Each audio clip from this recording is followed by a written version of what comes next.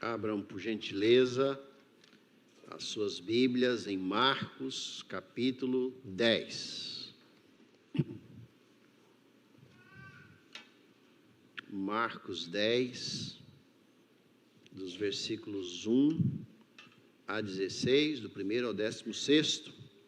Nós estamos estudando todo o livro de Marcos nos domingos à noite, em sequência, de maneira expositiva.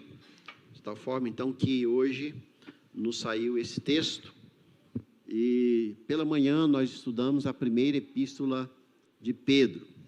Mas hoje esse texto diz assim, Marcos capítulo 10.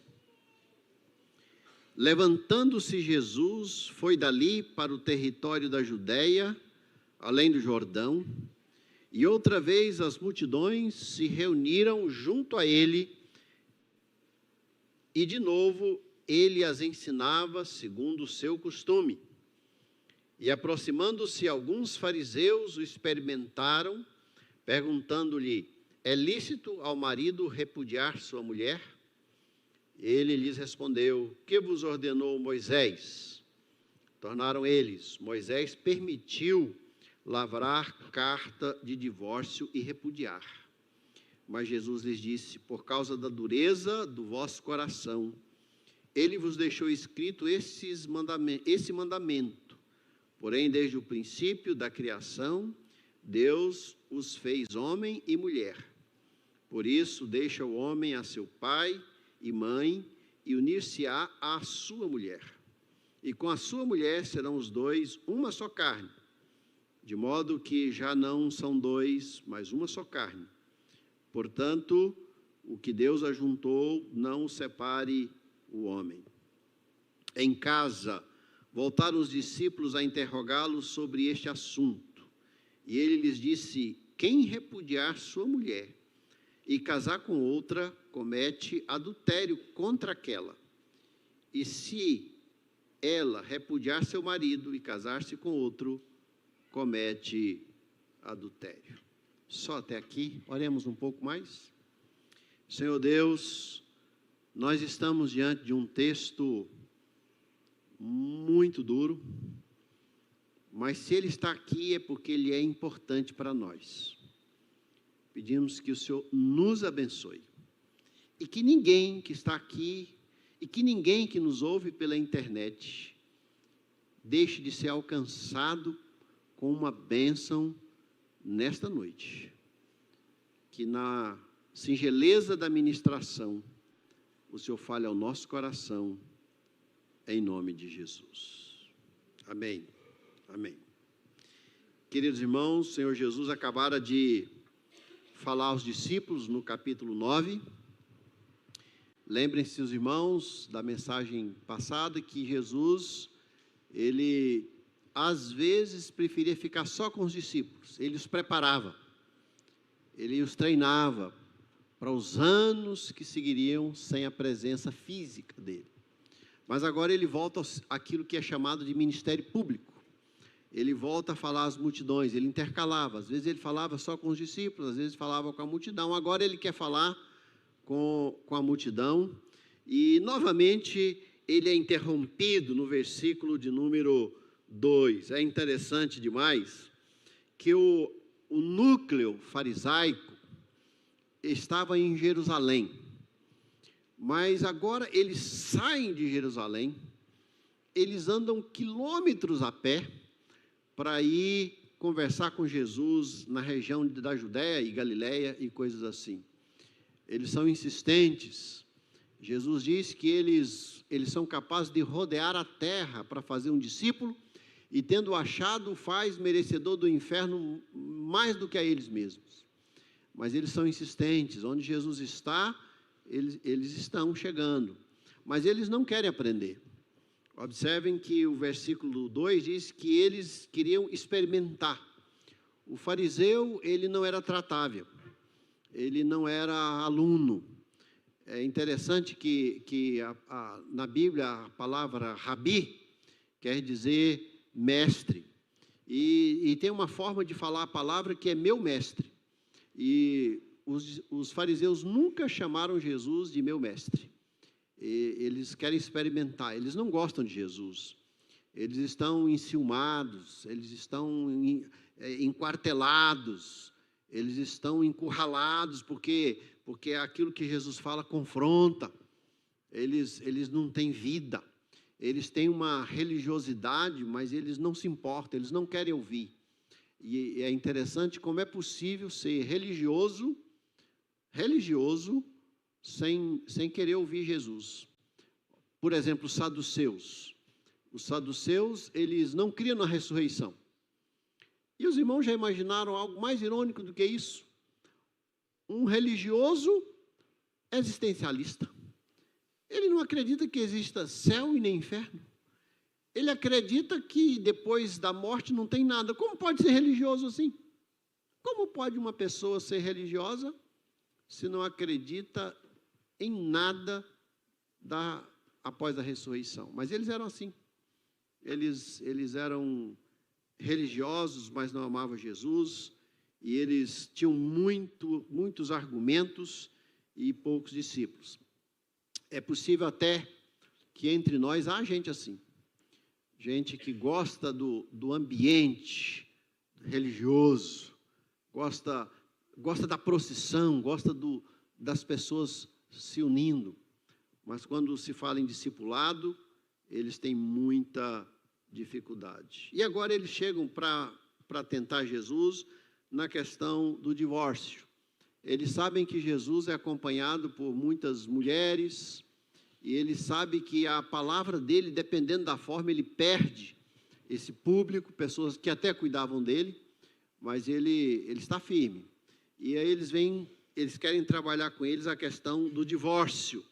E aí o versículo 2, eles dizem: é lícito ao marido repudiar sua mulher?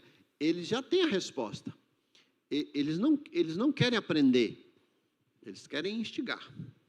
E eles querem que Jesus, de alguma forma, seja pego, caia em alguma defesa ruim.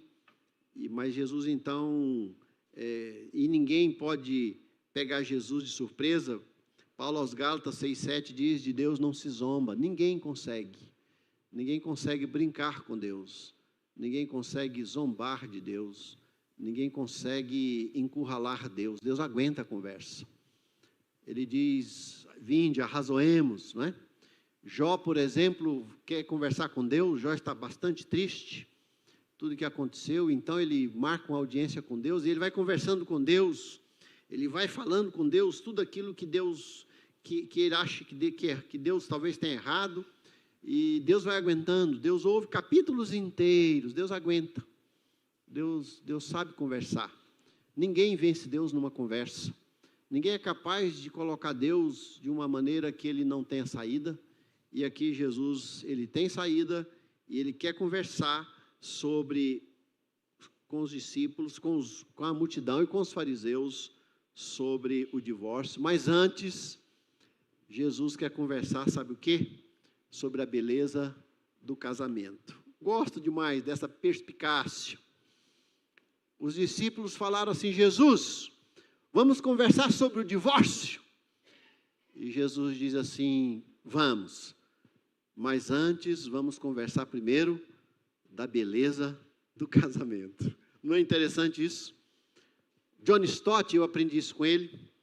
Ele disse que ele se negava a conversar com qualquer casal que chegava diante dele para conversar sobre o divórcio, sem antes ele poder conversar com o casal sobre a beleza do casamento. Ele não conversava. Primeiro o casamento, depois a gente pode conversar sobre o divórcio, mas primeiro vamos conversar sobre o casamento. Jesus, então, pede para que eles falem, eles falam que Moisés permitiu, e Jesus diz: ele permitiu. Daqui a pouquinho eu quero mostrar para os irmãos, a bem da verdade, Moisés, ele protegia a mulher naquilo que ele fala. Ele queria proteção. Depois a gente vê isso. Não é assim que Moisés mandou, que Moisés permitiu. Jesus fala para a dureza do vosso coração, que ele permite. Mas aqui Jesus fala a beleza do casamento. Ele diz: olha, o casamento, ele, no início, quando Deus criou, os dois se tornaram uma só carne, Deus os uniu, homem e mulher, e é assim que Deus fez. E o verso 9, o que Deus ajuntou, não separe o homem. Corações endurecidos podem querer o divórcio. Jesus entende isso. Aliás, os corações endurecidos, meus irmãos, são causas de muitos dos nossos pecados, de muito da nossa vida cotidiana. Corações endurecidos fazem pais rejeitarem seus filhos e filhos aos pais. Corações endurecidos dividem igreja. Corações endurecidos dividem famílias. Corações endurecidos geram homicídio. Corações endurecidos são causadores de muitos males. E é causador também aqui do divórcio, mas Jesus ele fala do casamento. Talvez não seja a intenção de Jesus falar todos os princípios do casamento, visto que ele cita. Parece que naquela comunidade a compreensão era clara, mas Jesus disse que o casamento, primeiro, ele é heterossexual, no versículo 6, que Deus fez homem e mulher, só isso, não tem mais ninguém. Deus planejou no jardim macho e fêmea. E nós temos dois textos na Bíblia bem especiais sobre isso, um no Antigo Testamento, um do Novo. No Antigo Testamento, a Bíblia diz em Levítico 18, 22, com homem não te deitarás como se fosse mulher, é abominação ao Senhor. É isso, essa é a palavra que Moisés usou. A relação de homem com homem, mulher com mulher, ele chama de abominação. Paulo, reverberando isso, em Romanos 1, ele diz, semelhantemente, verso 26, os homens também, deixando o contato natural da mulher, se inflamaram mutuamente em sua sensualidade, cometendo torpeza homens com homens, e recebendo em si mesmos a merecida punição do seu erro. E Deus não mudou. Nós podemos ter 1 milhão de pessoas na Avenida Paulista defendendo a união de homem com homem, mulher com mulher. Podemos ter 1 bilhão de pessoas lá. Nós ficamos com a Bíblia. Deus criou no jardim homem e mulher. Casamento heterossexual. Casamento monogâmico. Porque diz aí também no versículo 7 que o homem, por isso o homem deixará o homem seu pai e sua mãe e unir-se-á à sua mulher. Não é admissível uma comunidade onde um homem tem mais do que uma mulher ao mesmo tempo e uma mulher mais do que um homem. É monogâmico. É monossomático. Um pertence ao outro. E com a sua mulher serão os dois uma só carne. Eles podem se interagir, eles se relacionam, eles se completam. Homem e mulher, e, segundo Jesus, deveria ser indissolúvel. Versículo 9, o que Deus ajuntou, não separe o homem. Essa é a regra. É assim que Jesus diz, vocês querem conversar sobre o divórcio? Vamos voltar para o jardim. Que falta faz os princípios do jardim? Voltemos para lá.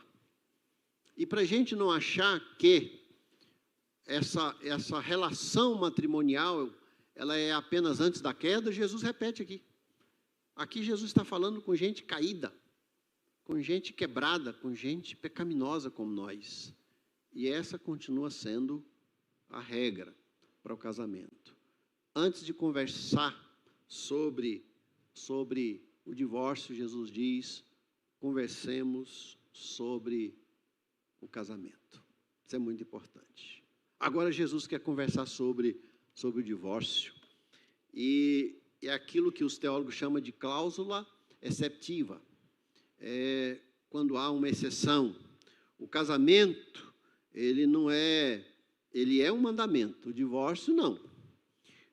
Aliás, um jovem precisa ter muita justificativa para não se casar. muita justificativa. A não ser que Deus o chamou para ser um celibatário, é possível que Deus chame, e eu conheço pouquíssimos para isso. Caso contrário, os rapazes e moças devem orar para que a seu tempo eles se casem. E se os jovens orarem por isso, eles vão se casar. Porque Deus gosta do casamento, ele não é uma obrigação, mas é um desejo. Não é bom que o homem esteja só. E homem aqui, de maneira genérica, homem e mulher, e não é bom mesmo. Ganhei um ponto. Aqui, Jesus, ele, além de falar que no princípio não haveria divórcio, ele fala dos corações endurecidos, e ele então quer citar o texto de Moisés. Eu quero voltar no texto que os fariseus estão citando para Jesus, a interpretação que eles têm sobre, em Deuteronômio 24, a partir do versículo 1, sobre o divórcio. Eles dizem, olha, Moisés permitiu. Em outro texto diz, Moisés mandou. Ele mandou divorciar.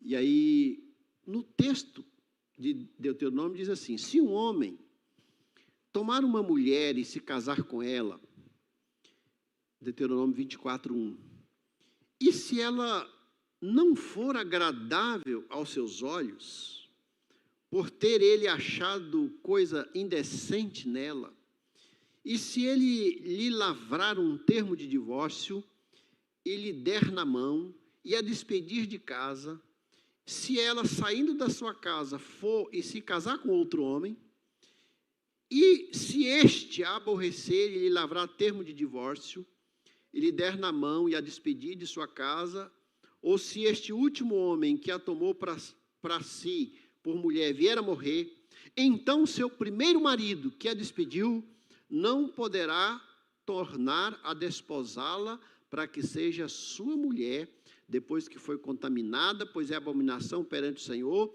assim não farás pecar a terra que o Senhor teu Deus te dá por herança. Fiquem com esse texto. Esse texto, ele é escrito para que um homem abandone a sua esposa? Me parece que o teor dele, aquilo que está de maneira subliminar, é justamente o contrário. Moisés está dizendo, olha, você pense bem antes de você despedir a sua esposa, porque se um dia você quiser trazê-la de volta, ela não pode voltar, se ela se casar com outro. Então, aqui a ideia, na minha compreensão, ela é boa para as mulheres. Ele quer proteger as mulheres. Ele quer que o homem pense duas vezes. É que o fariseu, pegando isso aqui, ele se divorciava, aliás, os judeus, com muita facilidade.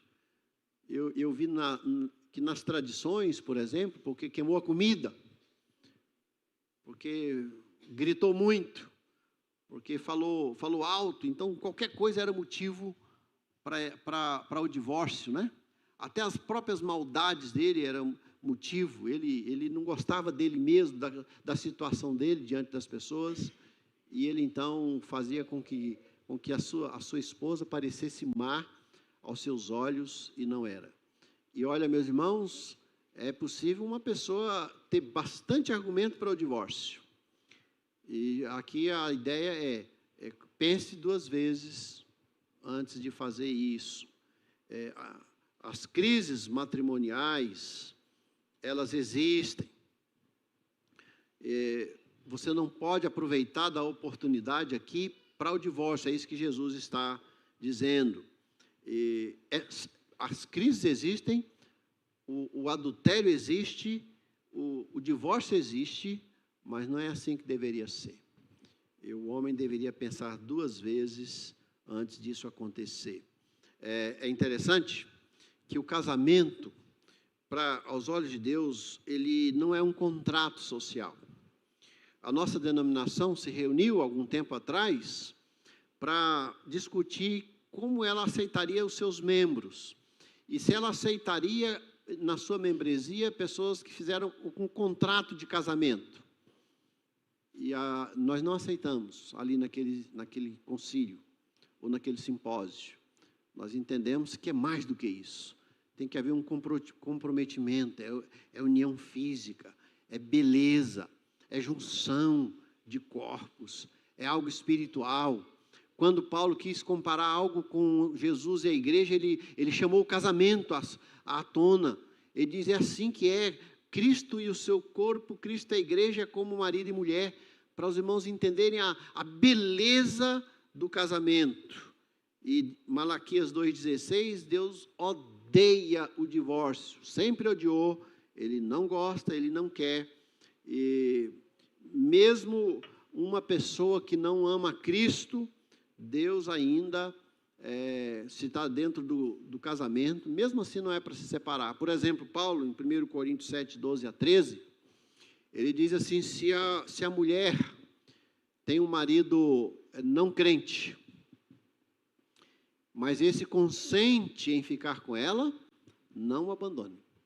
Ele cita os homens, se um homem tem uma mulher não crente, mas esta consente em ficar com ele, não abandone. E aí Paulo dá uma exceção, mas se ele não quiser, se ele abandonar o lar ou ela, é interessante que Mateus, quando vai citar o divórcio, ele não fala da mulher repudiar o marido, só o marido repudiar a mulher. Era mais constante naquela comunidade o marido repudiar a mulher. Mas Marcos escreve para os romanos, então ele diz, mas se a mulher, no final aqui, repudiar o marido. E boa parte dos divórcios hoje em dia, boa parte, talvez metade, eles são incitados pelas próprias mulheres. Então hoje a gente não entende que é algo apenas do homem.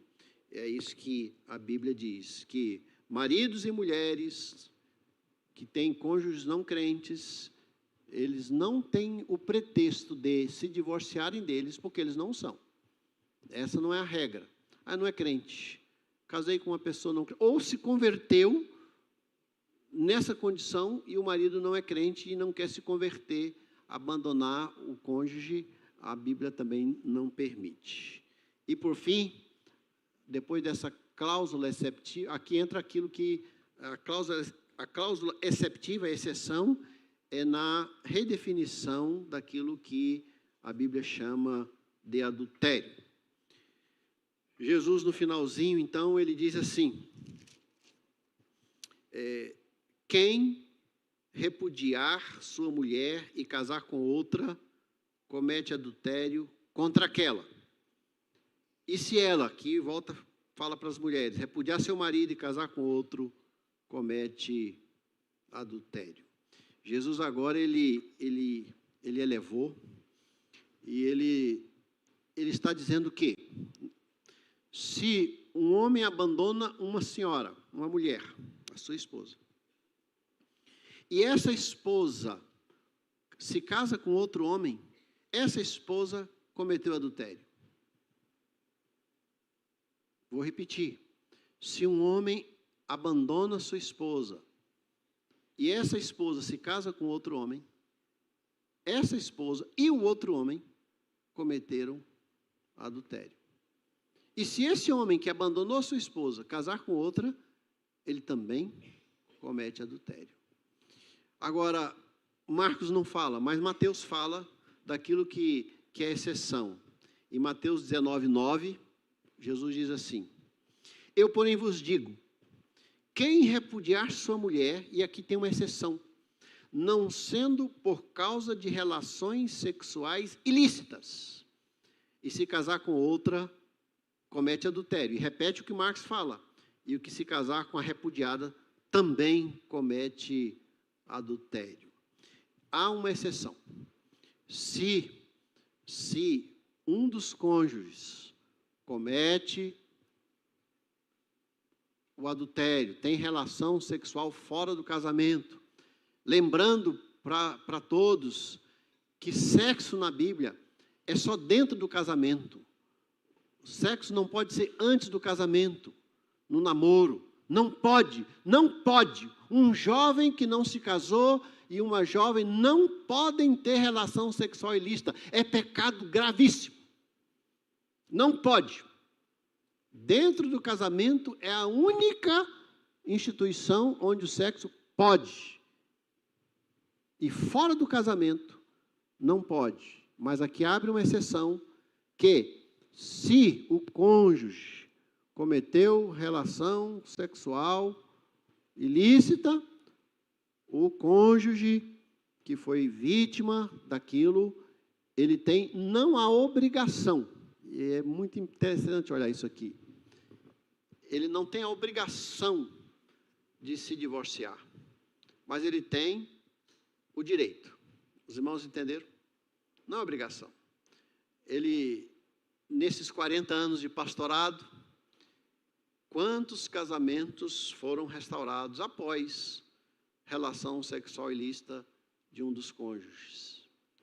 A confissão, o arrependimento, a tristeza, a vontade de mudar é capaz de restaurar casamentos. Esse é o caminho bíblico. Aliás, é o melhor caminho, porque também o divórcio é bíblico, conquanto seja uma exceção, mas se houver relação sexual ilícita de um dos casos. Uma outra possibilidade, e aqui eu temo e tremo enquanto eu falo. Quando Paulo, por exemplo, diz que se o marido abandonar a mulher, no versículo 1 Coríntios 7, 10 a 15, mas se o descrente quiser apartar-se, que se aparte. Em tais casos, não fica sujeito à servidão. Aqui é quando o cônjuge, ele não tem nenhum prazer no casamento, quando ele não quer ficar casado, e eu acrescento aqui a violência doméstica, a violência contra o cônjuge. Quando há violência, é um sinal de que o cônjuge quer se afastar, não há amor. E aqui é o princípio, o que vale mais? A vida ou o casamento? Nesse caso, a vida. Então, em caso de violência, onde a mulher, geralmente a mulher, é difícil ver um homem espancado, eu já vi, né? A lei José da Penha devia existir, mas no caso em que há violência, em que a mulher é machucada, violentada, fisicamente, verbalmente, emocionalmente, e ela chega num ponto em que ela não aguenta mais, nenhum de nós é capaz de dizer, fica nesse casamento até morrer. Aqui é violência, aqui é abandono, aqui é maldade, aqui eu penso, e com muito receio do que eu estou falando, que é uma exceção também. Então, em caso de relação sexual ilícita, ou em caso de violência, caso de uma crise tão grande, que se a pessoa não se apartar, ela vai morrer, ela vai se machucar, ela vai adoecer, ela não vai ter mais condição. O problema que eu vejo, e eu já vi, nesses 40 anos de ministério, eu já vi de tudo, né? Se eu fosse escrever um livro, daria dessa grossura. Por exemplo, alguém que pega uma palavra dessa como a minha, e sem o mínimo esforço, sai do casamento porque se sentiu injuriada. Porque um dia o marido a empurrou, porque um dia ele brigou, porque um dia ele fez alguma coisa assim, e que é algo que daria para contornar. Daria para a mulher sábia edifica a sua casa, mas a tola com as suas próprias mãos a destrói. Então, aqui não é assim um salvo-conduto, e hoje, e os irmãos sabem que nós somos uma geração hoje afetada. Nós somos uma geração que nosso couro é pelica. E às vezes o nosso coração é casca de jacaré nele. Difícil de penetrar. Mas nós somos muito sensíveis. Nós somos muito... Tudo nos afeta. Tudo, até na igreja, né? As igrejas hoje estão cheias de gente mimada. Gente que às vezes, por uma falta de alguém, por um trato um pouco diferenciado, se afasta e já vai procurando outra igreja. é uma geração mimada, é uma geração Nutella. E essa geração está no casamento. E às vezes não aguenta. Às vezes, por pouca coisa, se sai de um relacionamento. Cuidado. Nós temos essa aqui, eu vou repetir. Porque isso é doutrina, é princípio. O casamento é indissolúvel. Deus odeia o divórcio. Mas o divórcio só pode acontecer se houvesse relação sexual ilícita. E isso não é obrigatório, vou repetir. Divórcio não é obrigatório. Perdão, a reconciliação é possível. Mas se não for possível, aquela parte traída, Deus permite o divórcio. E, em caso de violência, a gente entende que se cumpre 1 Coríntios 7,15, que ele não quer conviver com ela, ele quer se apartar. E quando um homem, por exemplo, machuca sua esposa, bate nela, é violento, ele quer se apartar. Então, nesse sentido, há divórcio. Cuidado, porque a nossa geração, ela tem uma frase que é muito perigosa. Ela diz assim, o amor acabou. O amor acabou. Esfriou, a relação esfriou, o amor acabou. Meus irmãos, o amor não segura o casamento. O casamento é que segura o amor. Amor é decisão. Amor é algo que nós nos comprometemos e nós trabalhamos para aquilo. Nunca vai acabar. O que segura um casal não é o amor, mas é o compromisso. É a obediência a Deus. E esse amor vem. Deus vai nutrindo o amor de uma forma muito especial. Nos dois textos, tanto de Colossenses como de 1 Pedro, quando se fala do marido e mulher, a Bíblia diz que a mulher é submissa ao marido e o marido deve amar a esposa. Em nenhum dos textos diz que a mulher deve amar o marido. Nenhum dos textos. É interessante, tem ali tantos versículos para a mulher, um pouquinho para os maridos, um só, né? Não é que ele precise menos, é que o dele também é veemente.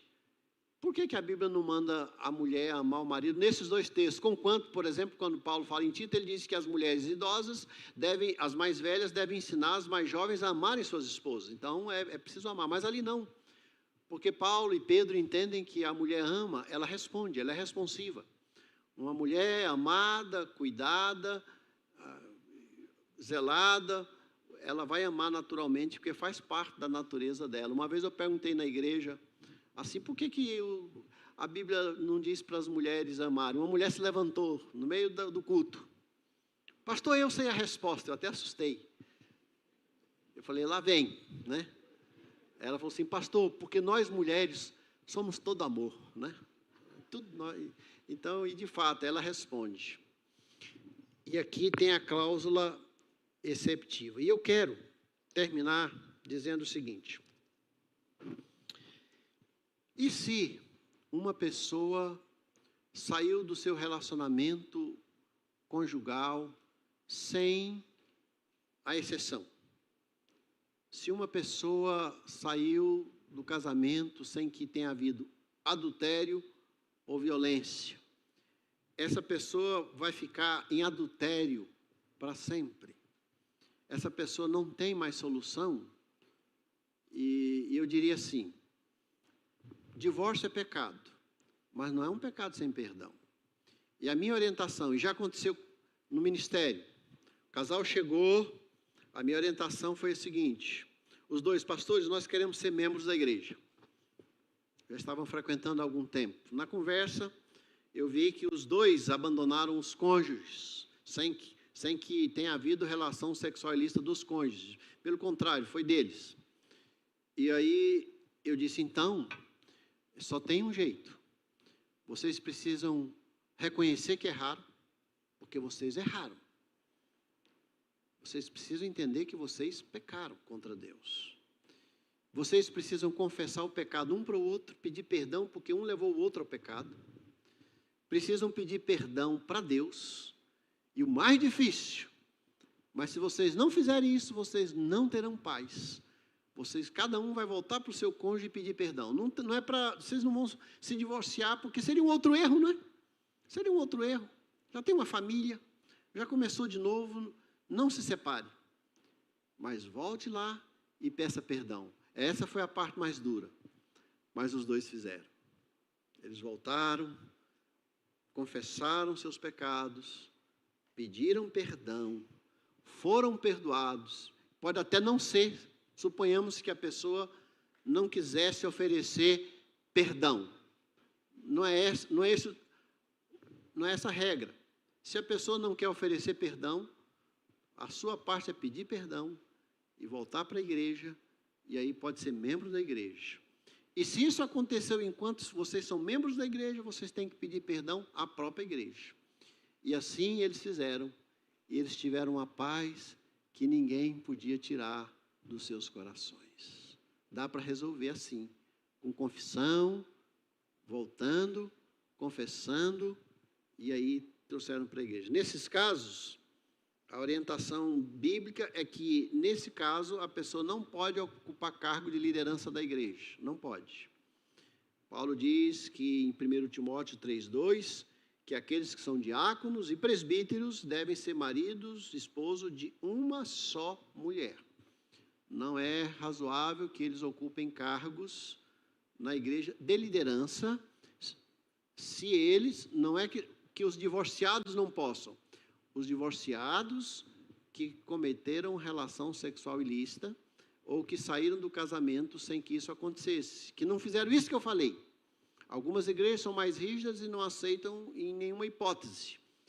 Mas a ideia aqui é que, se alguém não passou por esses passos, ele não pode ocupar a liderança da igreja. E mesmo quem foi responsável pelo seu divórcio, mesmo que ele passe por esse processo de reconciliação, de confissão, ele não deve ocupar cargos de liderança na igreja. As igrejas tradicionais, elas trabalham isso em sua liderança. Não é fácil, não é, meus irmãos? Mas o divórcio não é um pecado sem perdão. E eu quero agora conversar com os jovens, porque quando Mateus termina esse texto paralelo, e eles disseram então para Jesus: se essa é a condição do homem relativamente à sua mulher, não convém se casar. Olha o que os discípulos falaram: Jesus, é melhor então não casar. E Jesus diz assim, que nem todos são aptos para receber este conceito, mas apenas aqueles a quem Deus tem dado. Os jovens precisam pensar bem, não se precipitem, casem com pessoas crentes, e isso não é garantia de sucesso no casamento, mas já é um grande princípio. Entrem no casamento em obediência, sejam fiéis, amem um ao outro, briguem pelo casamento no meio de uma geração, de um povo que não ama de forma alguma o casamento. Que Deus abençoe cada um. E eu deixei para o finalzinho, lembro que lá no início o título que eu coloquei, o título foi esse aqui, pensando na família. Mas onde é que está a família? Se eu falei só de marido e mulher, é que depois desse texto, no versículo 13, vem as crianças. Mateus também. Após falar do divórcio, Jesus apresenta as crianças. E olha, meus irmãos, quem tem filhos pequenos e passa por uma situação de divórcio, é muito difícil. Jesus apresenta as crianças como um bom motivo para a fidelidade, para brigar pelo casamento, para não sair do casamento com facilidade, para ser fiel. E se for vítima de alguma infidelidade, não saia correndo. Busque ajuda, busque apoio, busque orientação. Não tenha o coração endurecido. Aprenda a perdoar, porque talvez com isso Deus possa restaurar o seu casamento. Talvez não em obediência, não porque você quer fazer bem ao marido, mas porque você ama a Deus. e você quer manter o seu casamento fiel ao Senhor. É assim que a gente entende essa porção aqui das Escrituras. Amém? Vamos orar um pouquinho? Você pode orar? Ore por você. O que é que Deus falou com você? E depois eu oro.